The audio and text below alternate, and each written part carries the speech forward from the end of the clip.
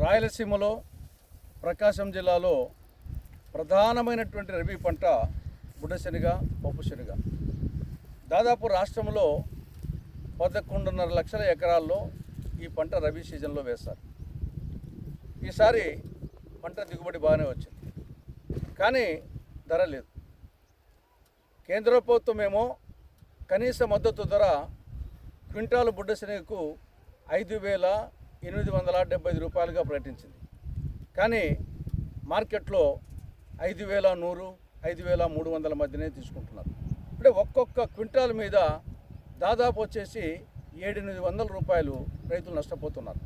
మరి ఇటువంటి పరిస్థితుల్లో ప్రభుత్వం రంగంలోకి దిగాల. ఇంకా మినిమం సపోర్ట్ ప్రైస్ ప్రకటించేందుకు వాళ్ళకు మార్కెట్లో రాకపోతే ఆ ధరకు కొనేదానికి కదా. కానీ జిల్లాలో కానీ రాష్ట్రంలో కానీ ఎక్కడ కూడా ఒక్క కొనుగోలు కేంద్రం కూడా ప్రభుత్వం వచ్చేసి ఏర్పాటు చేయలేదు. ఇప్పటికే దాదాపు వచ్చేసి ఒక 50% పంట అమ్ముకున్నారు.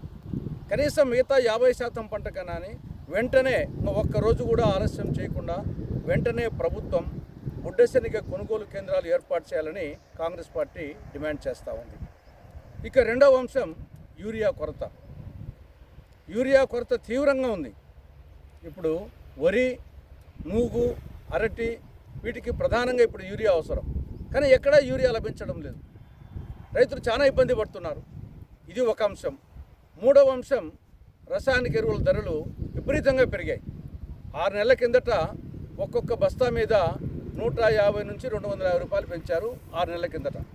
మళ్ళా వారం కిందట మళ్ళీ 50 రూపాయల నుండి 200 రూపాయల వరకు పెంచారు. 14 వారం కిందట 1950 రూపాయలు బస్తా ఉంటే ఇప్పుడు 2,150 రూపాయలు. ఒక వారం రోజులనే 200 రూపాయలు పెరిగింది. కాబట్టి కాంగ్రెస్ తరఫున 3 డిమాండ్లు. వెంటనే బుడ్డశనగ కొనుగోలు కేంద్రాలు ఏర్పాటు చేయాలి. రెండవది యూరియా కొరత లేకుండా చూడాలి. మూడవది రసాయనిక ఎరువుల ధరలు తగ్గించాలి.